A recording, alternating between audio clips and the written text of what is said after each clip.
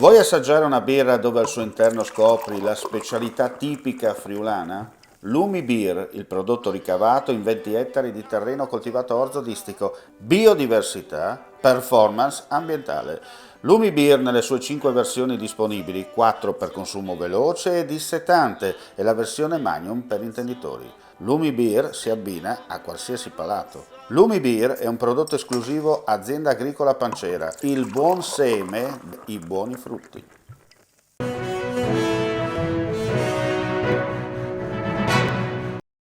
Un documento egiziano che mette in cattiva luce la figura di Giulio Regeni è comparso ieri su YouTube in un canale che si chiama The Story of Giulio Regeni, al quale è associata anche una pagina Facebook.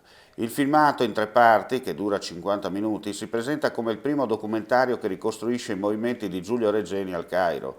Il video è in lingua araba con sottotitoli in italiano. Il documento è costellato di errori anche grossolani come il nome dello stesso Regeni che viene storpiato, riporta fatti già noti ma ricostruiti con l'intento di gettare discredito sul ricercatore friulano e di sostenere la tesi egiziana che le autorità del Cairo siano estranee alla tortura e alla morte del ragazzo. Tutto questo arriva alla vigilia della prima udienza preliminare davanti al GUP di Roma, che vede imputati 5 appartenenti ai servizi segreti egiziani accusati del sequestro, delle torture e dell'uccisione di Giulio Regeni. Claudine, locale per palati fini e buongustai, dove si mangia, si beve e si respira bird, collio e quei. Sono Claudia Zano e vi aspetto con le mie specialità. Cosa aspettate? Claudine, food, wine, music e sei in pole position.